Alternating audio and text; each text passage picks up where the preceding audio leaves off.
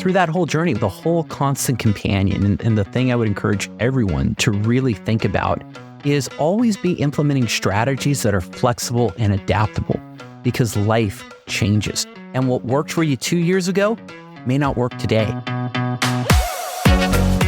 Welcome to the Path to Owning It podcast by Provide, hosted by me, Corey Brown, a marketing leader at Provide with over a decade in the healthcare industry. If you've found us, you're likely an aspiring or established healthcare practice owner looking for tools and advice to begin your journey or take your practice to new heights. And you're not alone. So to help you achieve your practice ownership dreams, twice monthly, we'll tap into our unparalleled network of industry experts who will join us on our quest to provide the answers to your most pressing questions. Like what you hear? Follow us on Apple Podcasts, Spotify, or wherever else you listen. Today, we are joined by Tim McNeely, a leading advisor to dental entrepreneurs, host of the Dental Wealth Nation podcast, best-selling author, and keynote speaker. Tim is a certified financial planner, a certified investment management analyst, and has a passion for helping dentists succeed in all stages of their careers. Tim, welcome to the show. We are so excited to have you on today. Likewise, I'm thrilled to be here.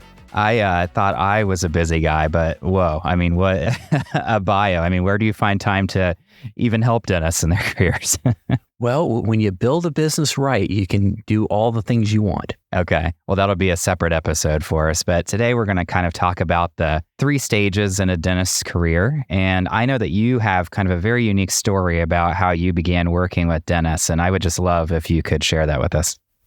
I'll tell you, I'm known for helping dental entrepreneurs build true wealth so they can thrive no matter what life throws at them. But my life certainly didn't start that way, for sure. You see, I started my life as a very ordinary financial advisor, thought it was my job to manage an investment portfolio. And well, as you know, and anyone listening to this show knows, there's a lot that goes into a dentist's life beyond the investment portfolio. And I met and fell in love with my wife, who happens to be a dentist. But it turned out we had another person in our relationship, and it was her dental practice. We'd be out to dinner or on date night, and all of a sudden the conversation would turn to work, and it would be, I just don't know what to do about that grumpy patient, or I've got to hire new staff, or I'm getting killed in taxes. And as that ordinary advisor, I just couldn't help her. And I really found myself in a job I hated, and I couldn't take care of the person I loved the most. I knew something needed to change. And so I started to reach out for help. I hired some of the top consultants in my industry to really teach me how the super rich manage their wealth and the lessons that I could learn from that. And my wife and I started implementing some of those lessons. And we got back to enjoying our date nights again and having fun. But as you know, life is full of curveballs, and sometimes it'll throw you something you're not ready for. And the same was true for my wife and I. And I'll never forget being down in San Diego Del Mar. We weren't down there, though, for the beaches, the sun and the sand. We were there because my wife was having problems with her hands. And as you know, in dentistry, your hands are everything. If you can't practice dentistry, what's going to happen? Now, we weren't just worried about the practice invading date nights. What's going to happen if she can't practice? How are we going to make the mortgage payments? What's our future going to look like? And, thankfully, we had done the planning. And when the doctor walked in the room, we weren't worried. We weren't scared. We were calm. We were confident because we knew no matter what he told us, we were going to be okay. And that's really when I knew this is what I want to do. I love dentistry. I love helping dentists. And I saw the big impact I could have when we really moved to advanced planning strategies to really build that life of significance so that you can thrive no matter what life throws at you. Yeah, what an amazing story. You mentioned these kind of planning strategies, and that's kind of what I want to talk to you about today. Within a dentist's career, they typically go from starting being hundreds of thousands of dollars in debt to mid-career making maybe as much as the top 5% of earners in the US to eventually, hopefully, retiring a millionaire, right? So there are kind of lots of crucial points and options along the way, and that's where we would love your expertise, Tim. So let's start at the beginning with one's dental career and assume that they are kind of fresh out of school. They've got a large amount of student loans. What do you suggest to them to get on the right path towards building wealth? I'll tell you, even before building wealth, I want to pull back just a little bit because this is a step that I think gets ignored so often, and that's getting clarity, right? We're so quick to jump into advice, and advisors, they provide advice, but what I find is most dentists want leadership. They want someone to really help them make those choices and sort through their options. And so before trying to figure out, do you pay off your student loan? Do you go work for this practice? Do you open your own? Get some clarity about what you want your life to look like.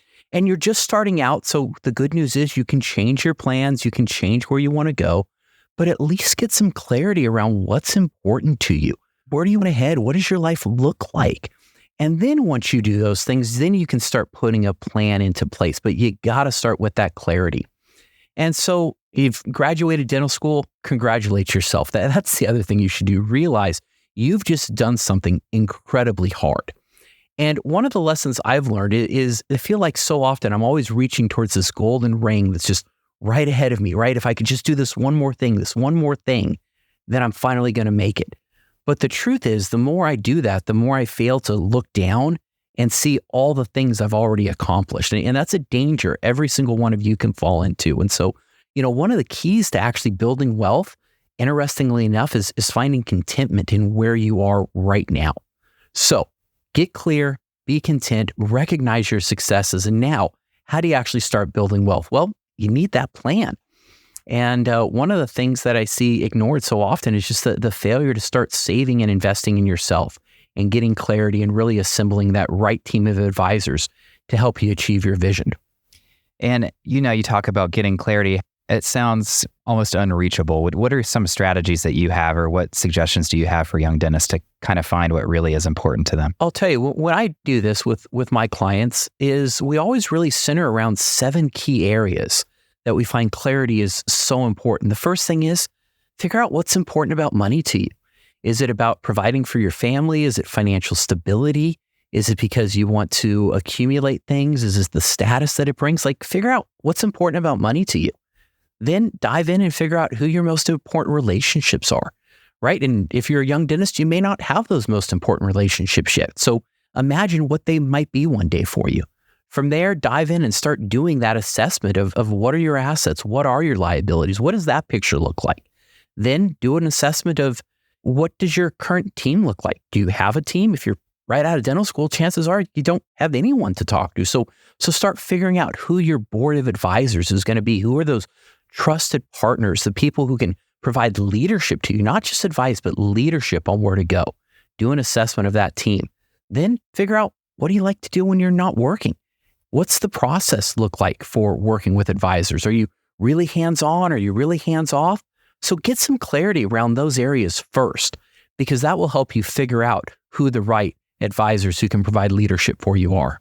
That's great advice, Tim. Let's say that we have kind of gone through that exercise with you. We've gotten clarity. We know what we want, but now we're on a track of we want to build wealth, right? So what are some of your payback strategies, I guess, when it does come to student loans? Because that's one of the big questions we get from dentists. So I'd love to get your thoughts on that. Yeah, absolutely. And when it comes to student loans, right, there's different options for paying these down, right? Everything from income-driven repayment plans to refinancing loans to accelerating the payments. And it's hard to say which one's right for you because, once again, that's going to come to that clarity piece. There's some doctors who I talk to and we're running the numbers, we're crunching them, and the strategy becomes, hey, your loans are at a great interest rate. Your practice is doing really well. Pay the minimum on the loans. Don't accelerate those payments. For other doctors, they say, oh my gosh, I just hate this burden of having a payment. I can't sleep well at night. I know the interest rates are low. I know I really shouldn't technically pay them off, but I want to sleep well at night. And so for them, the right answer is to pay those off. But the point is, get some kind of debt management strategy in place that aligns with your goals. And maybe your goal is to go work in the private sector somewhere. And so in that case, maybe one of these income-driven repayment plans or debt forgiveness programs makes a lot of sense for you. But if you're going into private practice and you want to own it one day, well, being on the hook and working for another entity for years may not make as much sense. And so that's why, I come back to that clarity of goals is so important, because we can get lost in those strategies and tactics. And without something driving us forward, you're going to end up making mistakes all along the way. Speaking of mistakes, I'm sure that you've seen young dentists, they start making some money and they don't have the clarity that you speak of, right? So they start to either buy things or pay off things that maybe you wouldn't recommend. What are some of those kind of common financial mistakes that dentists make early on in their careers? I'll tell you, the one that I have fallen prey to, and I'm sure a lot of our listeners will fall prey to, is I love cars. I love the technology. I love the cars. I love the latest and greatest. So cars, for the most part, now there's a way to do it right, but for the most part, cars are depreciating assets, and they usually don't go up. And so, instead of going out and buying the latest and the greatest and something brand new right off the lot, why don't you look around for a used car? There's so many good values out there, and you can drive great cars. I drive a 2007 Jaguar XKR that I bought from another doctor who never drove it. It's a $100,000 car that I got for less than the cost of my wife's Honda. Like, that's how you can make some smart choices out there and really get the things that are important to you. So watch out for that lifestyle creep, because that's what we're talking about is, right? You make more money, you want to spend more money, you want to buy more things. And that's one of the mistakes I see. The other big mistake I see is really the failure to put together an emergency fund. I mean, this is simple, basic financial planning 101, but you are going to sleep so much better knowing that you've got some living expenses tucked away in an account, and that if something happens, you've got the assets there to pay for it, right? An emergency fund is going to help you sleep so well. And so lifestyle creep's a big mistake. Not having an emergency fund's a big mistake. And the other mistake I see is not saving for retirement, and at least not starting that habit. I don't care if you start with $1 going into some kind of a retirement plan, just start that habit, because you are going to have to accumulate assets and build wealth for the things that you want, whether that's retirement or putting kids through school or acquiring practices, right? You're going to have to build some wealth out there. So start that habit of paying yourself first. Yeah, that's awesome advice. And remind me to call you when I'm looking for my next vehicle. But let's say that, we are taking your advice. We're not going to fall in the lifestyle creep. We decide we want to save for retirement. What are some sort of beginner level investing strategy found to be successful? I'll tell you, things that are on autopilot are really the success strategies that are out there. Keep the expenses low, right? When I deal with investments, I wear another hat, the registered investment advisor hat, so I'm not going to go into specific asset allocation strategies or anything, but it really is like keep your costs low. Don't get swayed by what your neighbors and everyone else is talking about or the latest hot tactic. That's the best way to lose money, right? Pick some kind of long-term strategy that you can put money away in, and really recognize that power of compounding interest, right? Start early. That's the most important thing you can do, because the earlier you start, the better off. And the studies have been done time and time again, versus saving a little bit of money early versus saving a lot of money later. The people who save just a little bit earlier do much better. And so just start that habit. Get started. And this might be a little biased question for you, but when do you think a dentist should enlist the help of a financial advisor? Is it ever too early for that? Well, actually, and interestingly enough, you may expect me to say, yeah, you should enlist someone right away. But I would argue, no, you need to enlist the advisors, not just for advice, but for leadership. And you've heard me say that a couple of times, right? Advisors provide advice. But what I find and what I provide to my clients is leadership. And there's a big difference. Because leadership is going to help you see a bigger picture of what's possible. It's going to encourage you to think, hey, yeah, you really can get that practice. Yes, you really can do that. And then leadership is going to help support you.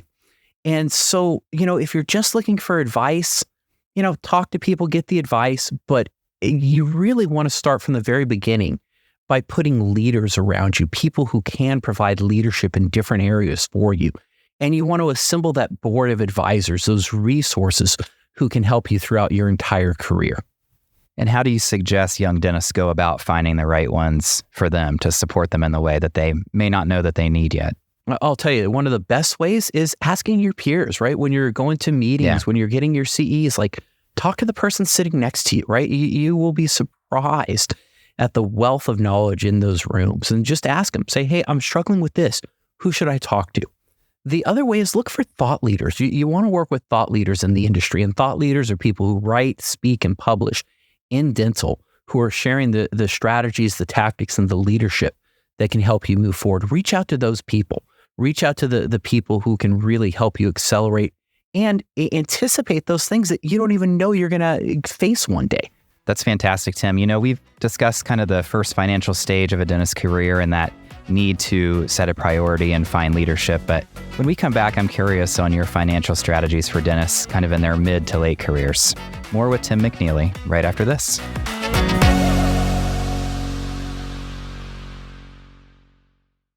Ready to take your practice to the next level? Meet the Provide Card, the credit card built specifically for healthcare practice owners. Available in addition to your Provide practice loan, with the Provide Card, you'll be transported to a world of new opportunities for your practice, where you can access the spending power you need to build your legacy. You can earn rewards on all purchases, all the time, with no rotating categories and no point expiration. At Provide, we're creating the future of personalized banking for healthcare practice owners. To learn how to apply for the card that makes your purchases go the extra mile, contact your Provide representative or visit getprovide.com/providecard for more information, including rewards terms and conditions. I'm Corey Brown, and this is Provide's The Path to Owning It podcast. We're back with Tim McNeely, leading dental financial advisor and thought leader, to discuss what established dentists can do to set themselves on the right path for retirement. You know, Tim, we talked a little bit about earlier, dentists in their kind of early career, things to do, what are priorities. Let's talk about the dentist who is kind of mid-career. They're more established.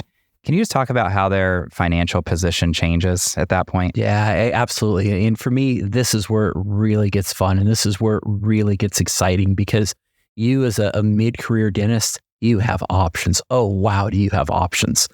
And, you know, one of the things that's happened is by the time you're mid-career, hopefully you've reduced your student loans a little bit. Hopefully you've paid off some of that debt that you have. Hopefully your income has increased pretty substantially. And so you've got options now, right? You've accumulated possibly a house. Maybe you've bought a practice, or, you know, you're thinking about, hey, I'm ready to leave that associate position, right? I've been there for quite a while now, and you're ready to step out. So you've got options ahead of you. And it's also where complexity really kicks in, because now you've got more moving parts than ever before. And so as a mid-career dentist, right, I really find, like I said, that increased earnings, more potential, right? Maybe you want to go out there and acquire a building for your practice. Maybe you finally want to start acquiring equipment so that you can upgrade your practice and really do that kind of dentistry you've always wanted to do. So mid-career for me is a lot of fun. Not only that, but now things like retirement planning really kick into high gear, because you had that clarity that you were playing with as the new dentist, and maybe those visions have shifted a little bit, right? Maybe you're married now, have some kids, so your life will change. So now you've got some estate planning concerns that are kicking in. And then often I find that dentists are very generous, right? You as a community are generous people, and you have causes that you've become passionate about. So now philanthropy becomes part of that, right? How do you use your practice? How do you use your assets? How do you use your wealth of knowledge to start giving back to the community? And so it really becomes a lot of fun. And the other thing that really kicks in for a mid-career dentist is the issue of risk management and asset protection. You know, there's a lot of people out there who look at you as a dentist and think, you've got lots of money, you're doing really well, and I'd like a piece of that. And, you know, when I came into your office, I think I got hurt a little bit, and, you know, I'm going to sue you. And so really that risk of protecting everything you've worked so hard for, so it's not unjustly taken from lawsuit, divorce, or some other unjust means, that becomes a big major concern for those mid-career dentists, is really protecting everything you've worked so hard for. How would they go about that? I mean, I know personally I've worked in dentist offices for about a decade, and have certainly run into those issues with patients where they maybe feel like they didn't get the correct treatment, or, you know, something went wrong and now they want reimbursement. So how would they go about protecting themselves against something like that? Well, I mean, there's everything from some dentists will set up their own insurance company that will include a dental warranty program for retreatment of cases, or a lot of times just having the proper liability insurance and professional liability insurance can help protect. And then there's other asset protection strategies, the use of trust, the different kinds of planning that can be done to make sure that your assets are separate from your corporate assets and that things are protected, so that if someone comes after you, you don't have anything to offer them because it's all owned by your trust. So there's things that can be done, but you have to do it before those issues arise.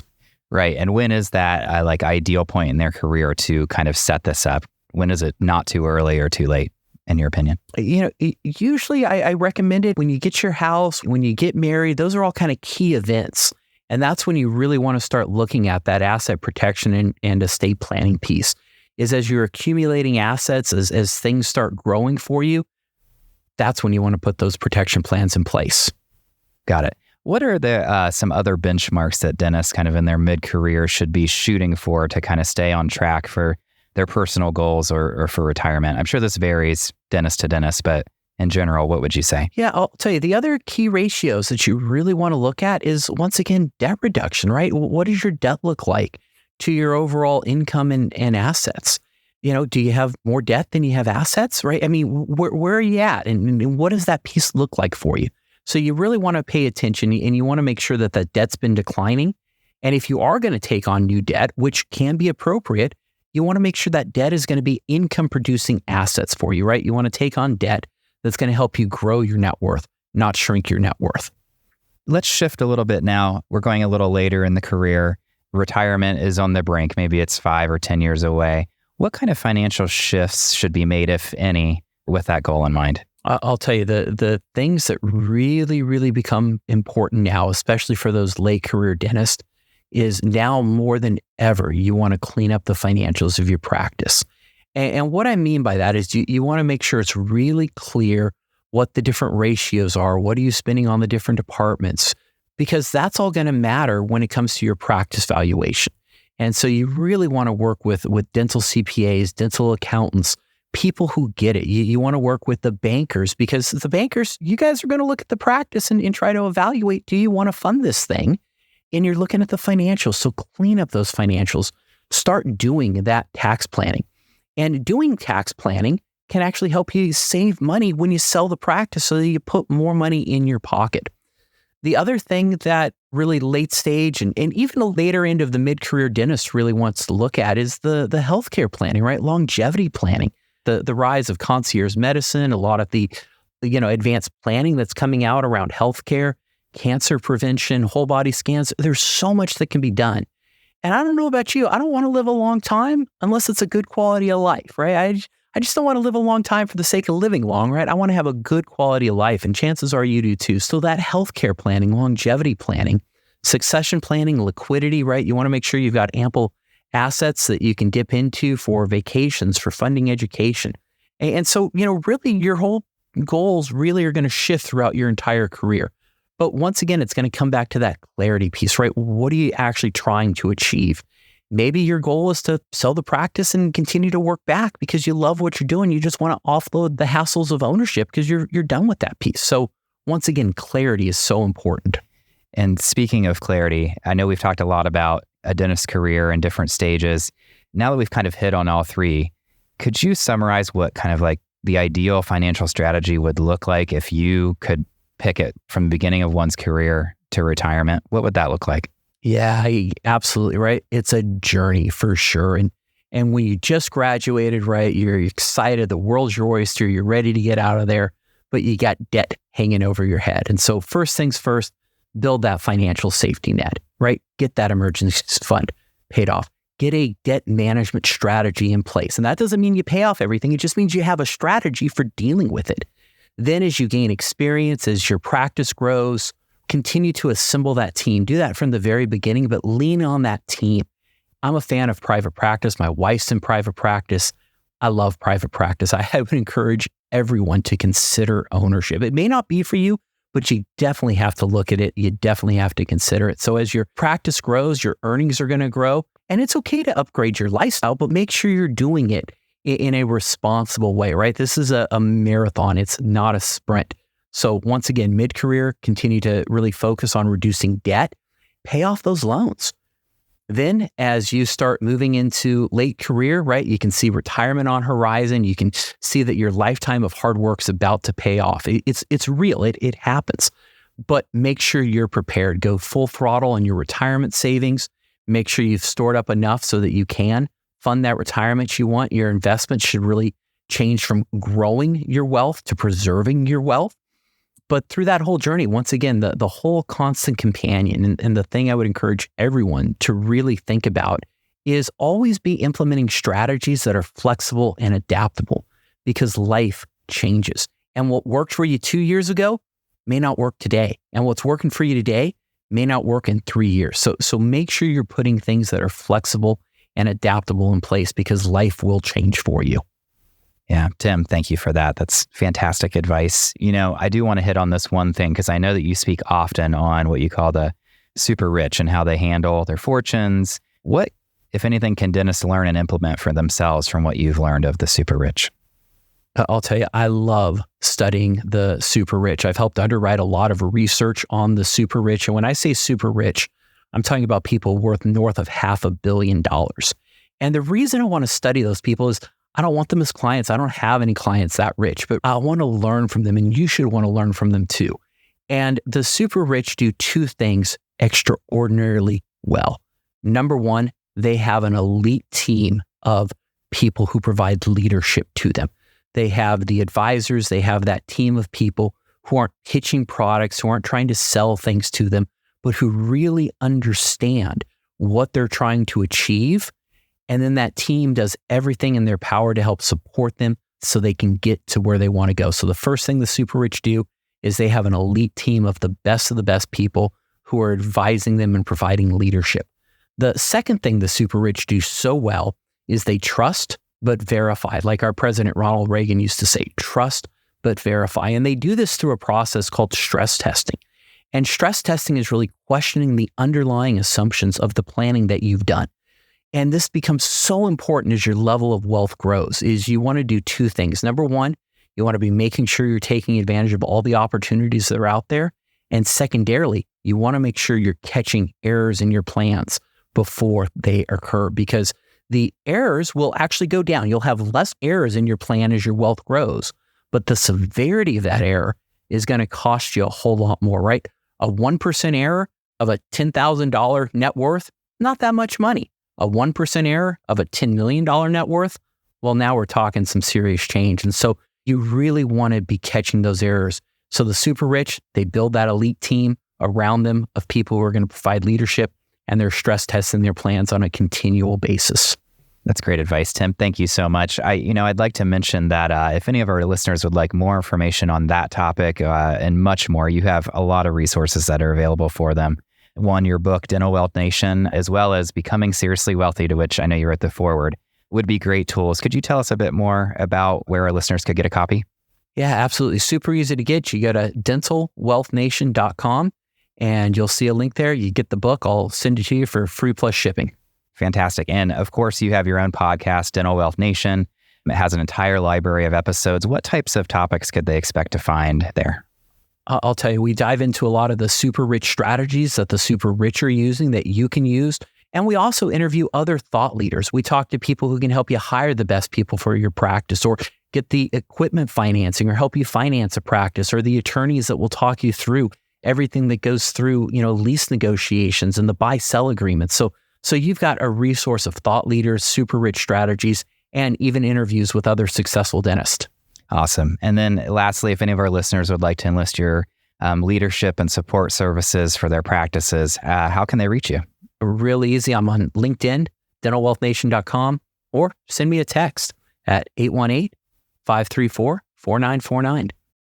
Awesome. Tim, this topic has been so enlightening. I just want to thank you for your time and expertise, and we'd love to have you back again soon, okay? Oh, it's a joy, Corey, and thank you so much for supporting dentists out there. It's an incredible industry, and if you're thinking about getting on the path of ownership, I couldn't encourage you more. Go do it. You won't regret it. Awesome. Thank you, Tim. Thanks for joining us. Because you've listened to this whole episode, we assume you were entertained, or at the very least, learned something new. If so, leave us a review on Apple Podcasts or Spotify. Have a topic you'd like discussed in a future episode? Drop us a line in the comments section or send us a message on social media. If you're ready to take your practice ownership dreams into your own hands, be sure to visit getprovide.com to pre-qualify and browse our practice marketplace, or check out our news page for more helpful resources. The Path to Owning It is brought to you by the team at Provide, and it's produced by PodCamp Media, branded podcast production for businesses. podcampmedia.com. Producer, Dusty Weiss. Editor, Will Henry.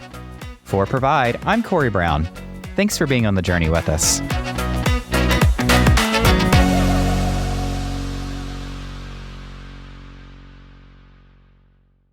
Provide is a division of Fifth Third Bank, National Association. All opinions expressed by the participants are solely their current opinions and do not reflect the opinions of Provide, its affiliates, or Fifth Third Bank. The participants' opinions are based on information they consider reliable, but neither Provide, its affiliates, nor Fifth Third Bank warrant its completeness or accuracy and should not be relied upon as such. This content is for informational purposes and does not constitute the rendering of legal, accounting, tax, or investment advice or other professional services by Provide or any of its affiliates. Please consult with appropriate professionals related to your individual circumstances. All lending is subject to review and approval.